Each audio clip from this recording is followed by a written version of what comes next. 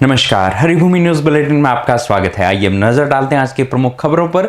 Hormuz में अमेरिकी जहाज पर ईरान का मिसाइल हमला, ट्रंप ने तेहरान के दावे को नकारा। भारत नेपाल के बीच फिर छिड़ा सीमा विवाद, नेपाल ने भारतीय तीर्थयात्रियों को मानसरोवर मार्ग से बचने को कहा। नेपाल में नई सरकार ने रद्द की कई नियुक्तियां, 1594 अधिकारियों को हटाया गया। समंदर में हंता वायरस का कहर, क्रूज शिप पर 3 की मौत, अफ्रीकी तट पर रोकी गई आवाजाही।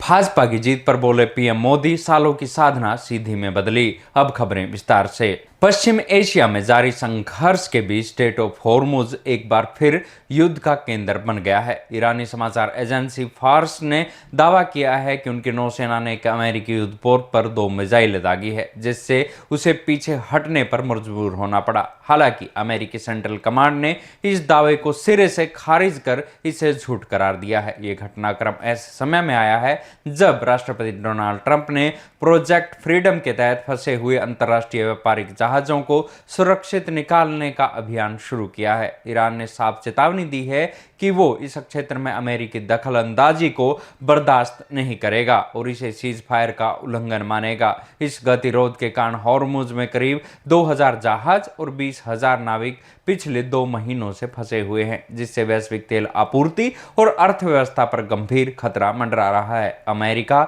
और ईरान के बीच बढ़ते इस सैन्य तनाव ने दुनिया भर की चिंताओं को बढ़ा दिया है। भारत और नेपाल के बीच सीमा विवाद एक बार फिर से गहरा गया है। नेपाल सरकार ने भारतीय तीर्थयात्रियों से अपील की है कि वे लिपू लेक दर्रे के रास्ते मानसरोवर यात्रा न करें। नेपाल का दावा है कि 1816 की सुगोली संधि के अनुसार लिपू लेक, काला पानी और लिपू धुरा उनके संप्रभु क्षेत्र का हिस्सा है। काठमांडू ने इस संबंध में भारत और चीन दोनों को अपनी औपचारिक आपत्ति दर्ज कराई है और इस क्षेत्र में किसी भी प्रकार की व्यापारिक या पर्यटन गतिविधियों को रोकने की मांग की है। दूसरी ओर भारत ने नेपाल के इन दावों को सिरे से खारिज करते हुए इन्हें तथ्यों और ऐतिहासिक प्रमाणों से परे बताया है। भारतीय विदेश मंत्रालय के अनुसार लिपू लेक दर्रा 1954 से भारतीय मानसरोवर यात्रा का पारंपरिक मार्ग रहा है और सीमा का निर्धारण भौगोलिक वास्तविकताओं के आधार पर है। भारत ने स्पष्ट किया है कि एक तरफा तरीके से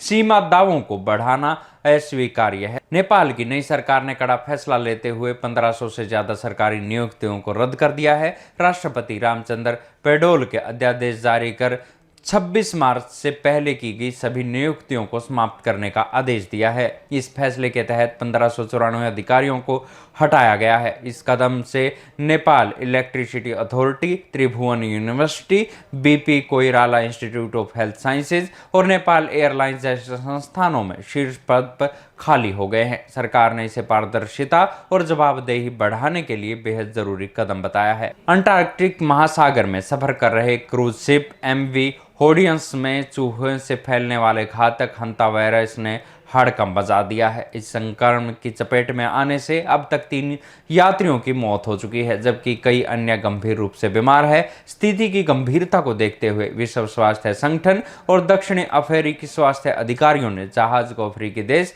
केप वर्डे के तट पर रोक दिया है। संक्रमण को फैलने से रोकने के लिए जहाज पर मौजूद 200 से अधिक यात्रियों को नीचे उतारने की अनुमति नहीं दी गई है। जहाज पर 6 लोगों में संक्रमण के लक्षण मिले हैं, जिनमें से एक मरीज की हालत अत्यंत नाजुक। पश्चिम बंगाल और असम समेत अन्य राज्यों में चुनावी रुझानों में भाजपा की शानदार बढ़त के बाद दिल्ली स्थित पार्टी मुख्यालय में जश्न का माहौल है। इस अवसर पर प्रधानमंत्री नरेंद्र मोदी विशेष बंगाली धोती कुर्ता पहनकर मुख्यालय पहुंचे, जिसे बंगाल में पार्टी की संभावित जीत के प्रति एक बड़ा संदेश के रूप में देखा जा रहा है। कार्यकर्ताओं को संबोधित कर पीएम मोदी ने कहा कि आज का दिन अभूतपूर्व है और वर्षों की कड़ी मेहनत आज सिद्धि में बदल गई है। प्रधानमंत्री ने जीत का श्रेय कार्यकर्ताओं में अटूट परिश्रम और जनता के भरोसे को दिया है। उन्होंने कहा कि ये परिणाम परफॉर्मेंस की पॉलिटिक्स और एक भारत श्रेष्ठ भारत की भावना की जीत है। मुख्यालय में उमड़े जनसलाब और कार्यकर्ताओं के उत्साह के बीच पीएम ने इसे भारतीय लोकतंत्र के उज्जवल भविष्य की उद्घोषणा करार दिया है। ऐसी ही खबरों से जुड़े रहने के लिए देखते रहिए हरिभूमि टीवी और अधिक खबरों को विस्तार से जानना है तो हरिभूमि अखबार पढ़ें या हरिभूमि की वेबसाइट पर जाएं।